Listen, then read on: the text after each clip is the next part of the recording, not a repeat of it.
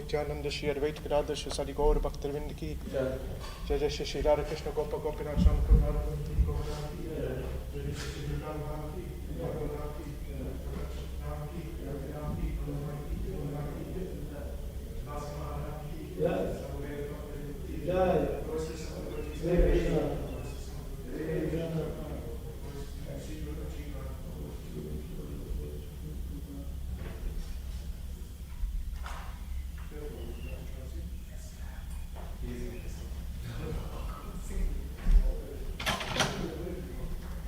But Prabhu can sing with you.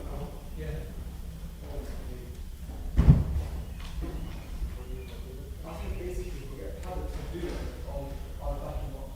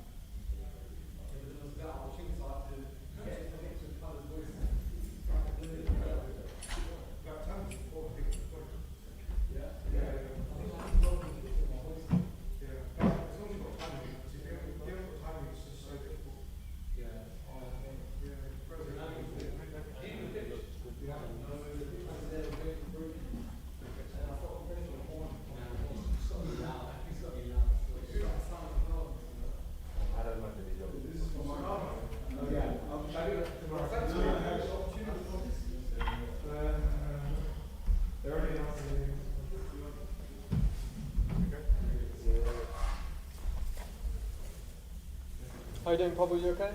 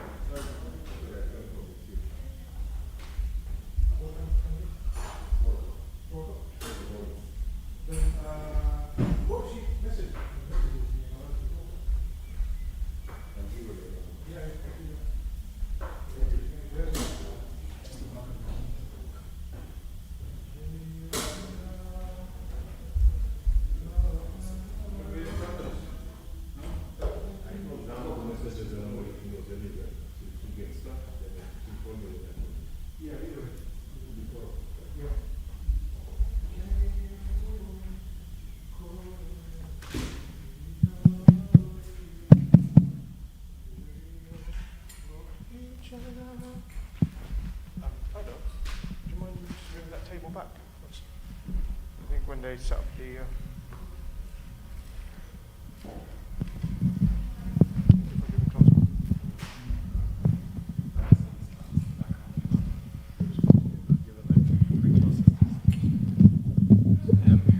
Harsh.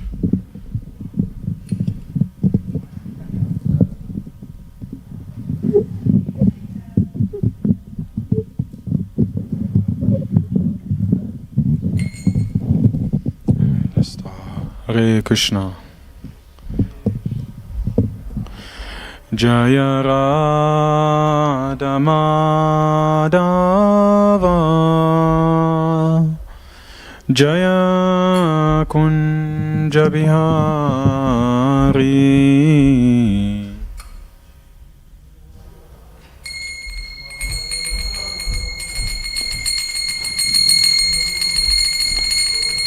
Lights. Jaya Radha Madhava Jaya Kunja Bihari Jaya Gopi Jana Vallabha Girivanadari Yashoda Nandana Brajajana Ranjana Yamuna Tira Vanachari Jaya Radha Madhava Jaya Kunja Bihari Jaya Gopi Jana Vallabha Girivanadari Yashoda Nandana Brajajana Ranjana Yamuna Tira Vanachari Jaya Radha Madhava Kunja Bihari Jaya Gopi Jana Vallabha Girivanadari Yashoda Nandana Brajajana Ranjana Yamuna Tira Vanachari Hare Krishna, Hare Krishna, Krishna Krishna, Hare Hare, Hare Rama, Hare Rama, Rama Rama, Hare Hare, Hare Krishna, Hare Krishna, Krishna Krishna, Hare Hare, Hare Rama, Hare Rama, Rama Rama, Hare Hare, Hare Krishna, Hare Krishna, Krishna Krishna, Hare Hare, Hare Rama, Hare Rama, Rama Rama, Hare Hare. Jaya Radha Gokula Nanda, Radha Gokula Nanda, Radha Gokula Nanda, Shri Radhe. Jaya Sita Ram Lakshman Hanuman, Jaya Sita Ram Lakshman Hanuman. Jaya Gauranitai, Gauranitai, Gauranitai, Jaya Gauranitai. Jaya Jaya Prabhupada, Prabhupada, Prabhupada, Jaya Srila Prabhupada, Jaya Jaya Prabhupada, Prabhupada, Prabhupada, Jaya Jaya Prabhupada.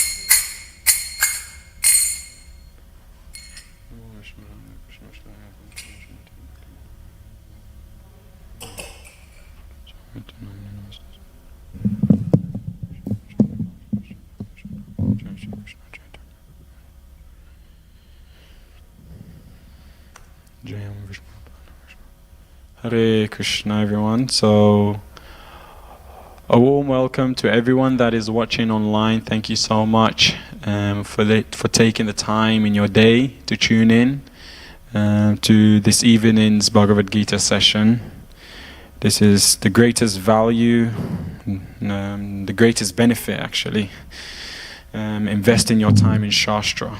So thank you so much, and also for everyone else that is here in the temple room. Hare Krishna. So today we'll be reading from chapter 4, Transcendental Knowledge, carrying on from that chapter. I recall giving a class only a few days ago, so it may be a continuous theme of topic from what we were discussing last time. So yeah, this particular chapter is called Transcendental Knowledge. I'll be reading from text 36. But before I begin, I'll start with a short Mangala Charan, and then from there onwards, then we'll do the Sanskrit, the transliteration, and the translation. So just bear with me for a moment.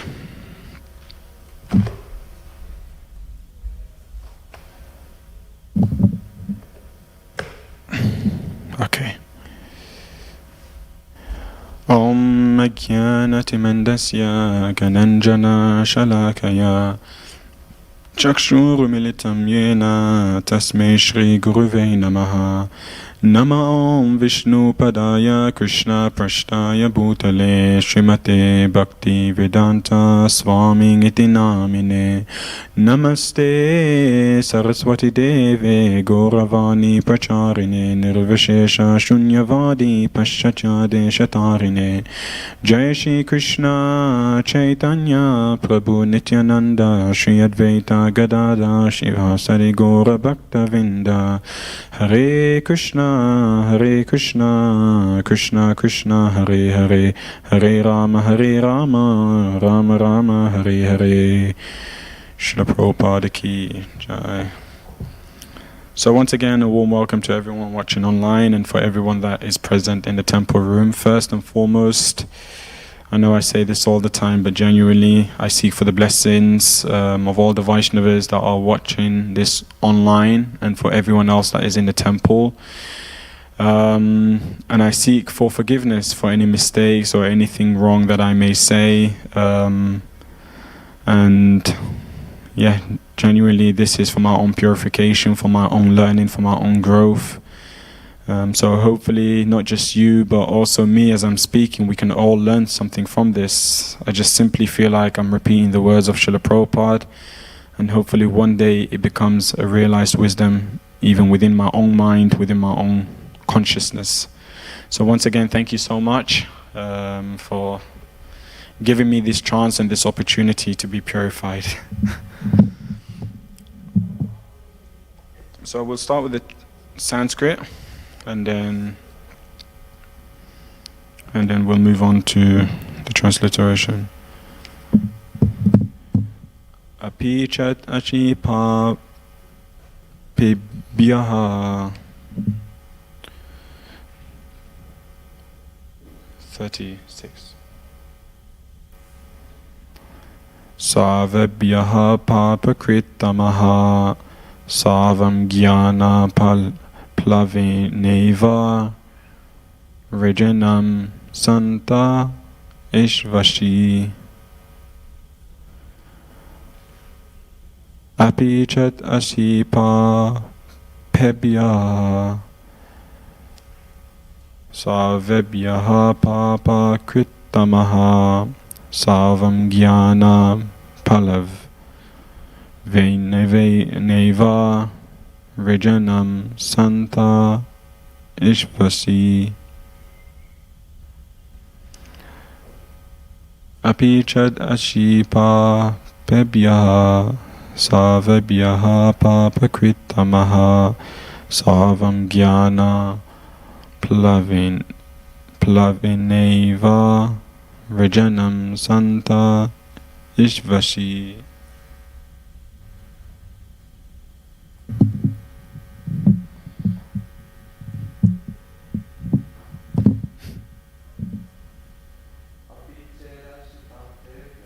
Apichad ashipa pebhyaha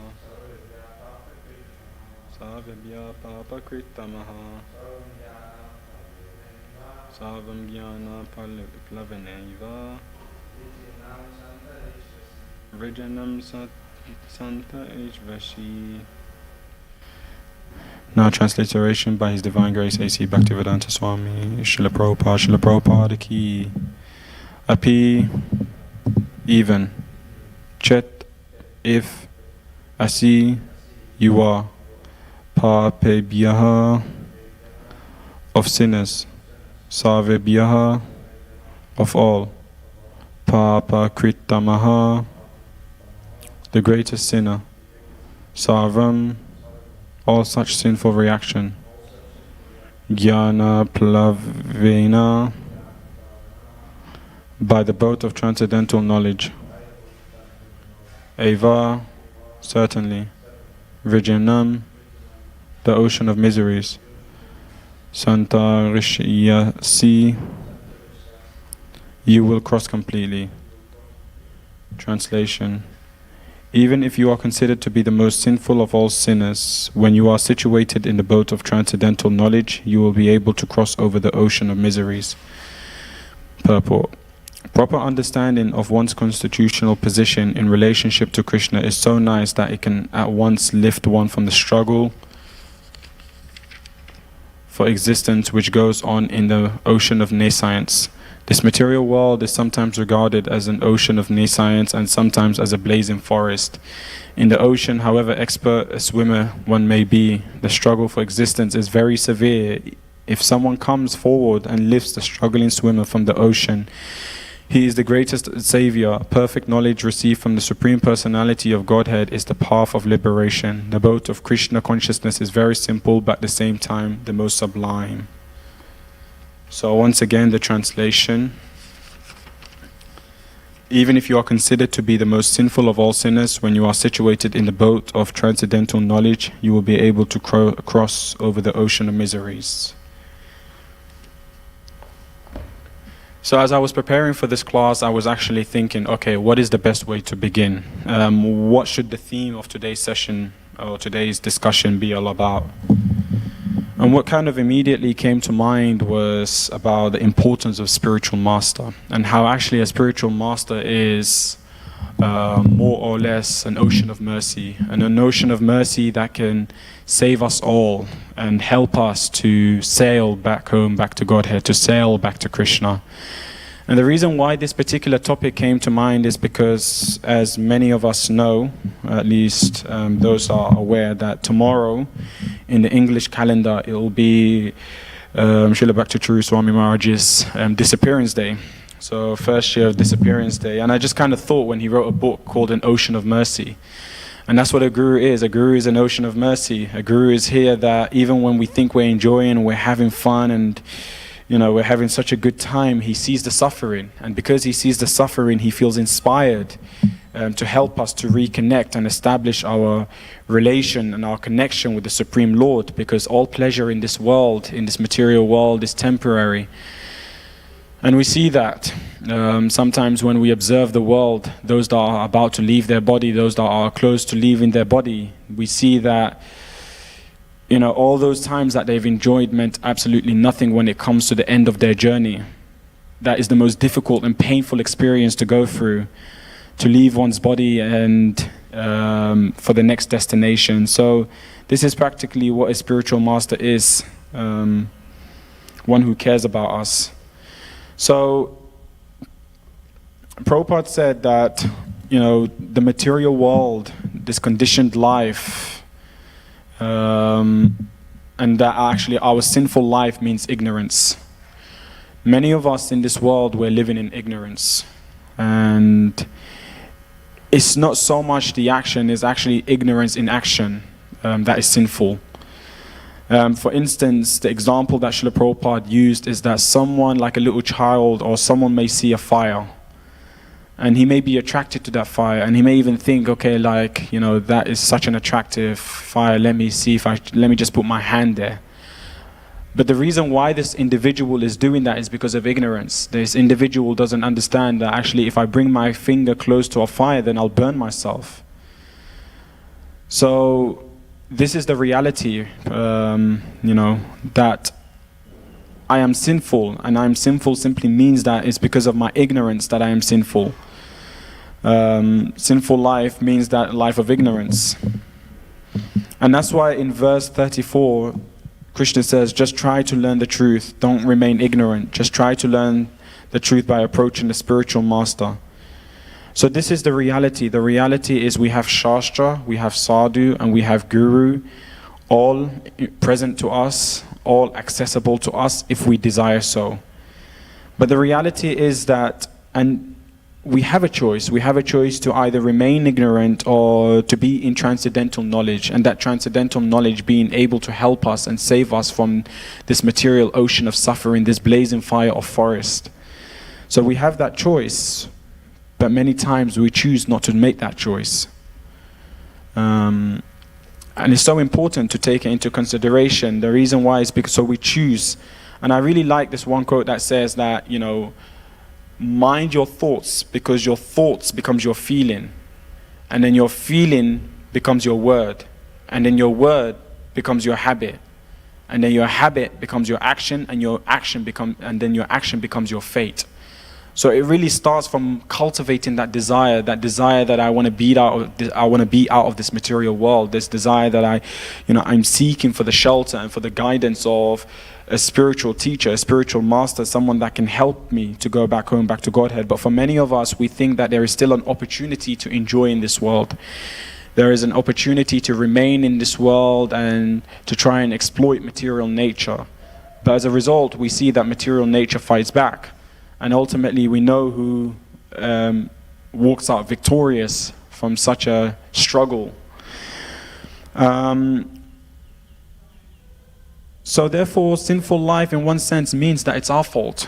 Sometimes we blame the government, sometimes we blame the educational system, sometimes we blame on people around us, circumstances and situations. But actually it simply means that it's our fault because we don't want to be educated, because we don't want to learn, because we still have some hope. And Srila Prabhupada said that you're either crying for Krishna or you're crying for Maya. Either you're hopeful for the shelter of Krishna, or you're attempting to be hopeful for the shelter of Maya.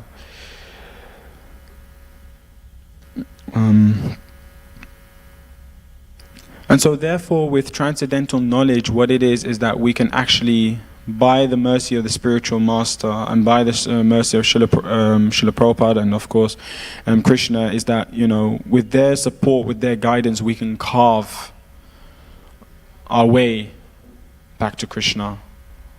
Of course, with the spiritual master being the torch of light.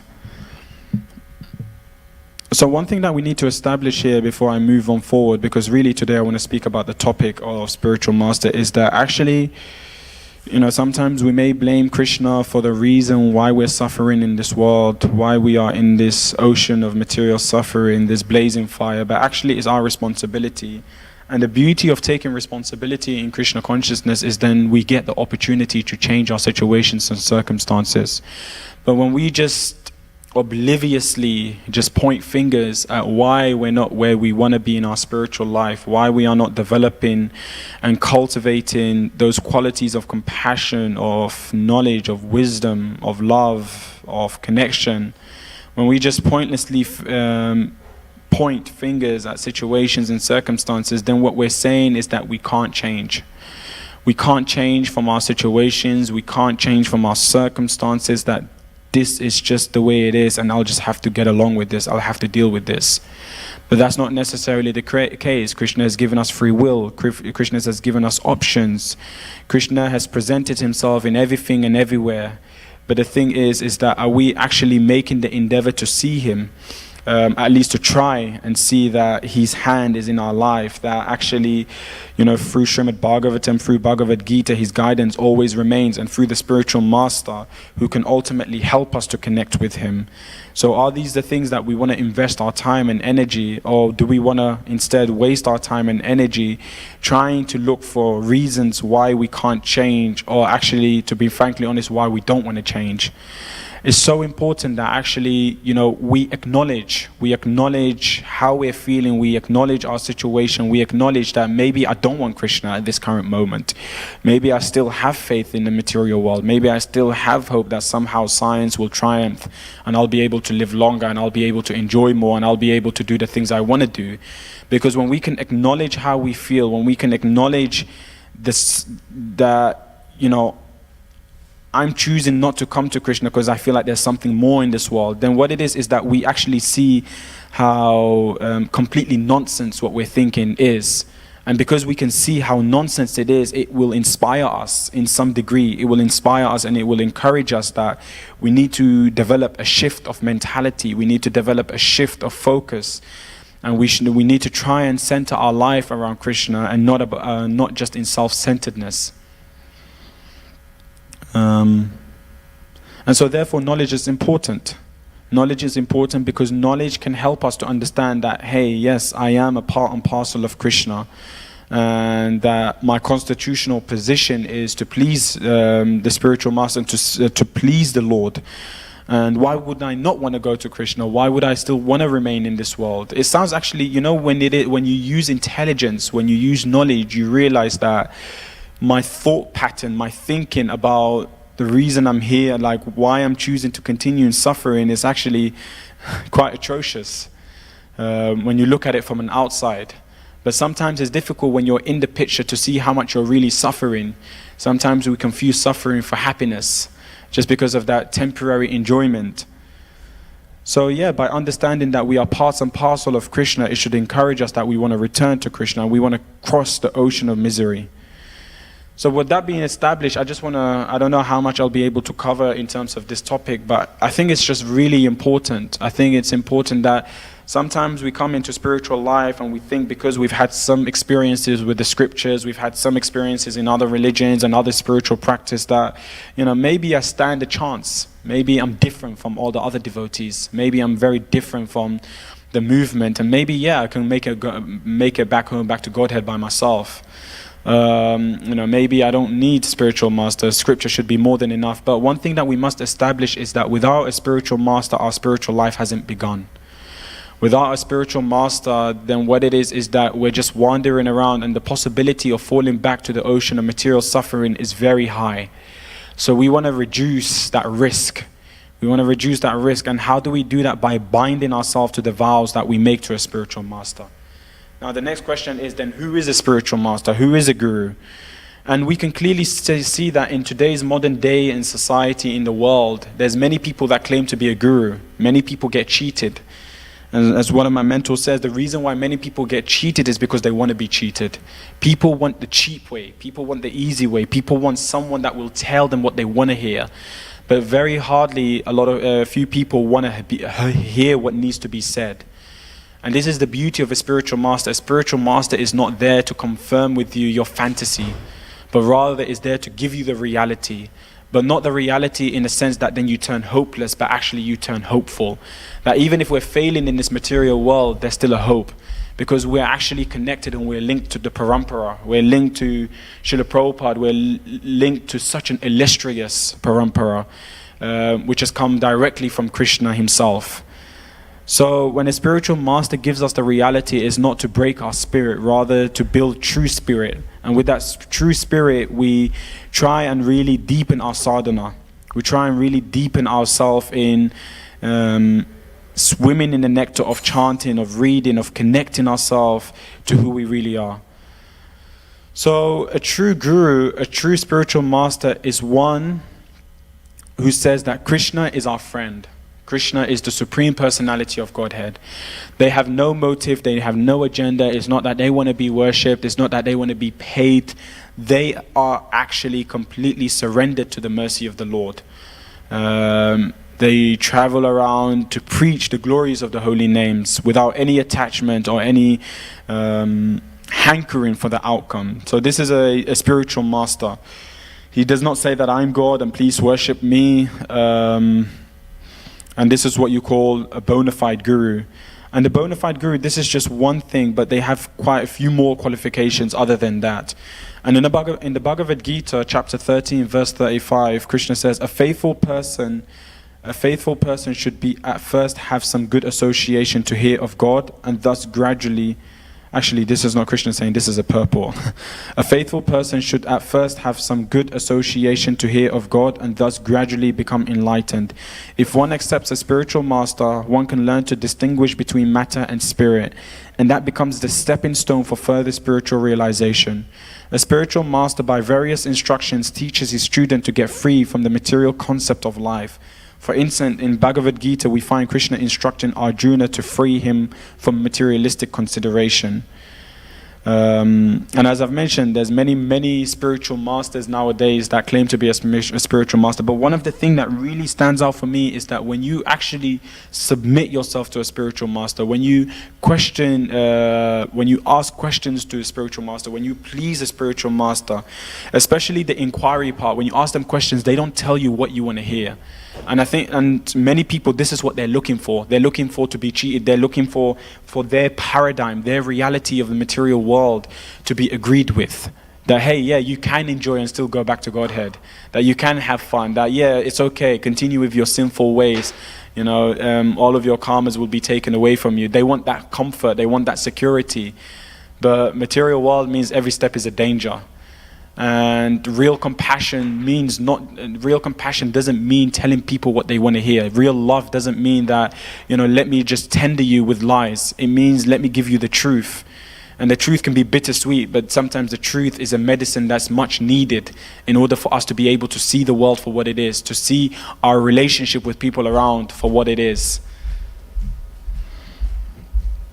And then Krishna, And then so Krishna then says here that austerity of the body consists in worship of the Supreme Lord, the Brahmanas, and the spiritual master. That's chapter 17, verse 14.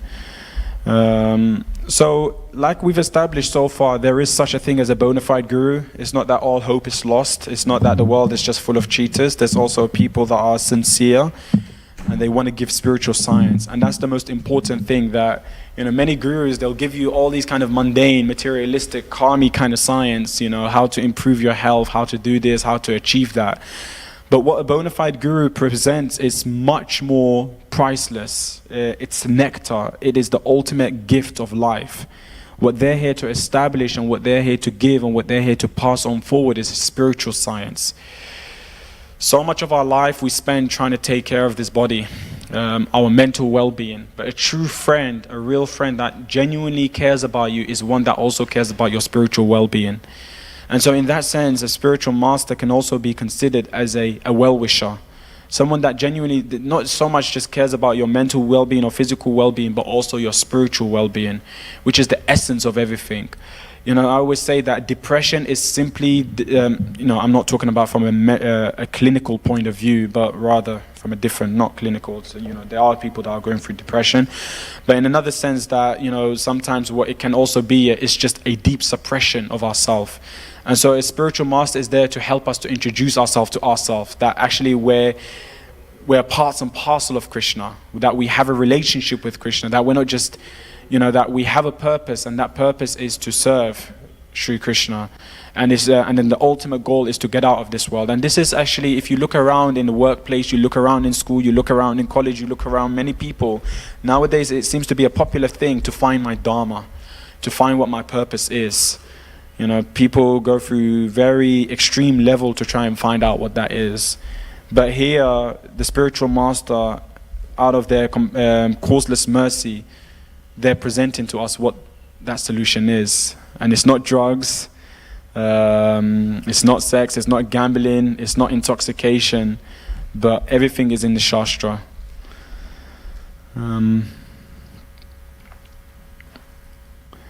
So one of the qualification of a spiritual master is, as I've mentioned earlier on, they are completely surrendered to Krishna. And so as a result, Krishna reveals himself to the spiritual master. And then the most important aspect is that then the spiritual master actually acts as a via medium for us to connect with Krishna. As I've mentioned, in many religious practice, in many philosophies, what it is that people think they can just directly connect with Krishna themselves. They can just directly talk and approach Krishna. But almost like a similar circumstance and a similar situation is that if you want to, and this is such a popular example, is that if you want to go to Buckingham Palace and you want to meet the Queen, it's not that you're just going to get access to the Queen yourself. You don't even know the Queen. And so this is what it is that we may have some vague idea of who Krishna is, but the spiritual master can reveal to us. He can enlighten us. He can tell us more. He can quench our thirst to find out more about Krishna, to his qualities, his pastimes, his glories. So this is what it is that, and then in the same way, we may not be able to directly go to the Queen because we don't have that kind of relationship with her, but we can go to one of the Queen's servant, someone that she's very close with, and we can find out more about the Queen through that servant, and potentially even meet, have a tea with the Queen through that servant. So the same way is that the spiritual master, that they're the via medium. Because we ourselves are contaminated because of our association with the material nature, with matter. And so therefore it's interesting, even if we sometimes, we try and see Krishna as our order and supplier, that sometimes what it is that we try and even limit Krishna to what only we know or what we've experienced. So a spiritual master is there to help us to avoid these kind of traps. To help us realize how magnanimous Krishna is and how much Krishna really is involved in our life on a daily basis. Even when we think he's not there, he's always there. And one of the most important things that was always mentioned to me is that sometimes in life we may go through struggles and we may go through challenges, but even those curses can be blessings in disguise that are coming from Krishna to help us to realize that material nature is not where we want to be, that we need to get out of here, that we need to snap out from this dream state that we're in. We're so attached, this material world is like an ocean of names. Our brothers, our sisters, our mother, our fathers, it's like so many names, but soon we'll all disappear. And this is not, again, to make us feel depressed. This is just here to inspire us, to encourage us that this is not our real home. This is not where we belong.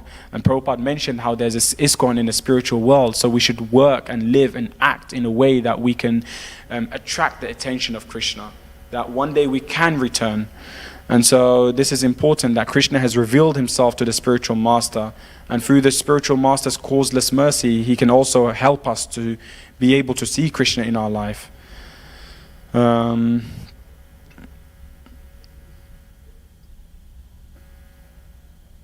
So yeah, the spiritual master is very dear to Krishna, just as a son, you can say, is dear to a loving father. And so therefore, by pleasing the spiritual master, by serving the spiritual master, And by inquiring from the spiritual master, then you also naturally attract the attention of Krishna. Because this is what it is that you can't give anything more to a rich man. A rich man is a rich man and he's self-satisfied. But then if you actually go to that rich man's son and you do something nice for the son, you try and please the son, you try and treat the son in a nice way, polite way, the father may not necessarily care about what you can give him, but he'll be like, look at this individual, he's treating my son with so much love and respect, he's even giving him a gift. And so therefore you naturally also attract the love of that rich person, the attention of that rich person. And so that is a similar example between the spiritual master, Krishna, and ourselves. That directly we may not be able to serve Krishna, but the spiritual master can help us to be engaged in the devotional service according to our nature. And that's another very important thing, that a spiritual master understands what our nature is, and then therefore they situate us in a way that we're serving Krishna joyfully. We're serving Krishna joyfully, that we're fully engaged, we're absorbed, and we're satisfied in our service. And sometimes he may give us service that may not be as joyful, but that's only for our level of surrender, our level of humility, our degree of growth. So this is what it is. Sometimes we'll be given services that we like, and sometimes we'll be given services that may be a bit challenging and difficult, but it's for our benefit. And this is what attracts the attention of the Lord. Krishna says in Bhagavad Gita chapter 18 verse 69 that there is no servant in this world more dear to me than he, nor will there ever be one more dear. So therefore Krishna has, and so therefore one of the things that kind of really stood out is here that Krishna actually has feelings. Krishna has feelings. Krishna is a real person. He's a real personality. And it's difficult to see that sometimes. It's very difficult to see that with our limited senses. Sometimes we try and utilize our limited senses to try and understand Krishna, to see Krishna, to hear Krishna. But the reality is that we can only do this through through Shastra, through the lenses of Shastra. But the deeper point to here is that Krishna loves the spiritual master. So he has a feeling and he dearly loves the spiritual master. And in Srimad Bhagavatam, Canto 3, Krishna says that there is no way I can ever repay my pure devotees. So think about it. The spiritual master goes through so much situations and circumstances. If we actually, how deep their love is, how causeless their mercy is, that, they've given up everything in their life, they've risked their life, just so that they can preach the glories of the Lord. Now, imagine if someone was vouching for you like that they were willing to practically go through heaven and hell.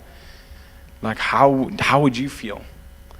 It'd be pretty impressive. And this is what it is that Krishna is so touched by the sacrifices of the spiritual master that they're willing to be tortured, and they're willing to go through sacrifices, and they're willing to go through whatever it is, they're willing to go through pain just so that then they can glorify the Lord. So then they can spread the holy name. They can spread the holy name. So an example that's used is that when a man walks bare feet in a blazing sun, his feet are scorched, but his head also feels no pain. Similarly, although he may tolerate offenses to himself, Krishna tolerates no abuse to his pure devotees. Because if someone practically goes through so much for you, okay, if that person if someone else does something to you, then it'll be like, yeah, it's okay, it's just me. But then if that person offends your friend or whatever it is, then you'll get defensive. And this is just a reality. I'm sure you've experienced it. I've experienced it.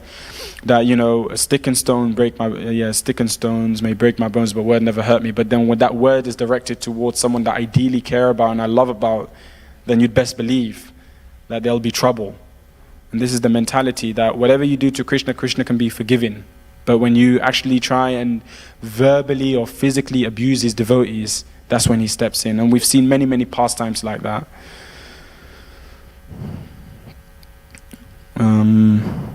So therefore, by serving the spiritual, and this is the other thing I was mentioning earlier on, by serving the spiritual master, we can also please the Supreme Lord and serve him. The other thing is that the spiritual master is an intimate servant. And I used this example earlier on about the father being rich and then pleasing the son.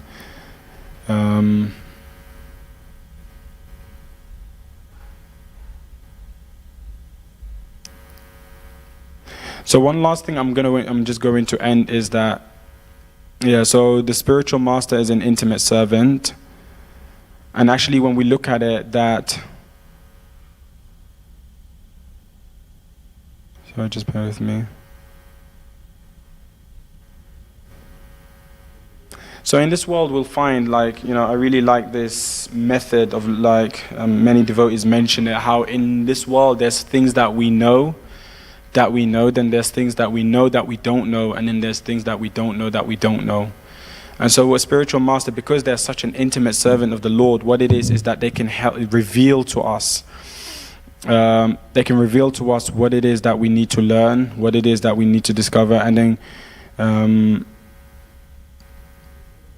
they can help us. They can help us to establish a relationship with Krishna. And I just want to give one pastime from Srila Prabhupada.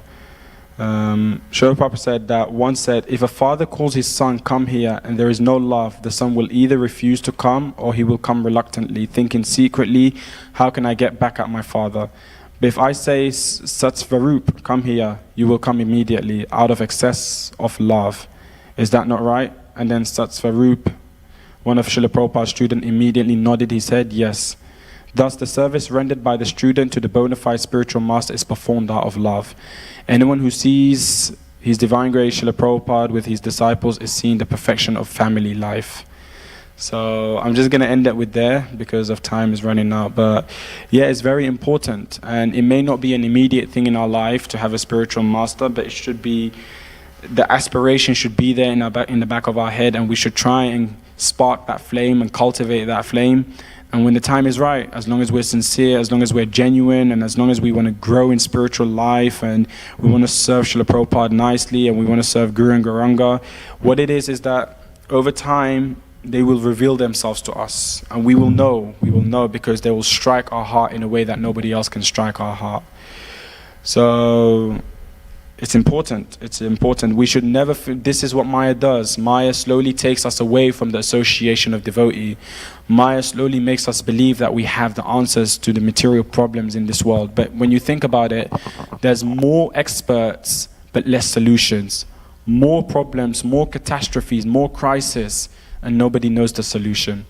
And the solution is all in the Vedas. It's all in Srimad Bhagavatam. It's all in the Bhagavad Gita. And it's all with the spiritual master, who has a very close relationship with the Supreme Lord because of the Parampara.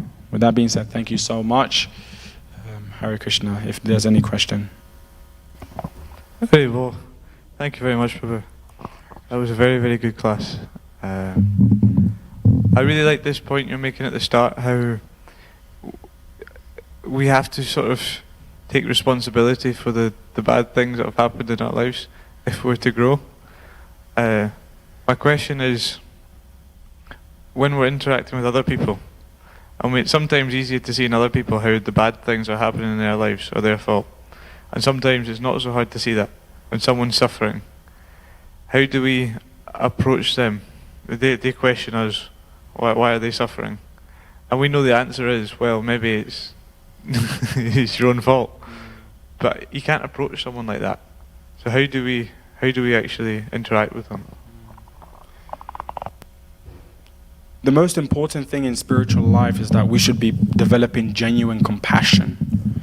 One of the most important things that we must all be very conscious and careful, and sometimes it can happen even to the best of us, is pride. Pride in thinking that we have the absolute truth, the ultimate philosophy, the answers to everything in life. And even if we do, it doesn't mean we go around and spurting it out at people. Because what it is that sometimes even if we give the truth can do more harm than good. So there's a method, there's an approach. And we see that through Srila Prabhupada's compassion. We see that through his love. We see that through his care. And we see that through his friendship, the friendship he gave to his early disciples. And I mentioned this in one of the previous sessions, that the best way to preach to someone, the best way to comfort someone, the best way to expose Krishna consciousness to someone is through your care, through your friendship, and through your love and through your support. Action speaks louder than words. People will forget what you say. People will forget what you do, but people will never forget how you've made them feel. And this is such an important thing to remember. What sort of impression are you leaving on people whose lives that you touch? You know, are you making them more defensive, more unfavorable, more doubtful about the process of bhakti? Or through your action, through your love, through your example, are you teaching people what it means to be a decent human being and a spiritual being? So I would say really it's that approach of being friend with someone. Genuinely caring about them, genuinely loving them. And then one may say, but I don't know how to love. I don't have a loving heart. I may be heartless. But what it is that even if you don't feel like something, you just do it anyway. And this is what Prabhupada said. Even if you don't feel like dancing, even if you don't feel like chanting, even if you don't feel like being someone's friend, just be someone's friend. Because motion creates emotion. If you just do something, then you'll feel it eventually. But if you wait for that perfect time, then that perfect time will never come. And you will miss the opportunity to touch someone's heart. Krishna sees not at what you give, but what you hold back. You can make all of the excuses, but Krishna can see your heart, that you're genuinely not interested in reaching out to this person. So it's never really about, I don't have the ability to do something. It's rather, I don't want to do something. And we've got to be honest. We've got to be genuine. How can we make true advancement and proper advancement if we're prepared to cheat ourselves and we're trying to cheat Krishna? Only when you can acknowledge how heartless you are, how much you don't care, then what it is that you can make conscious effort and endeavor to try and care, to try and be more heartfelt.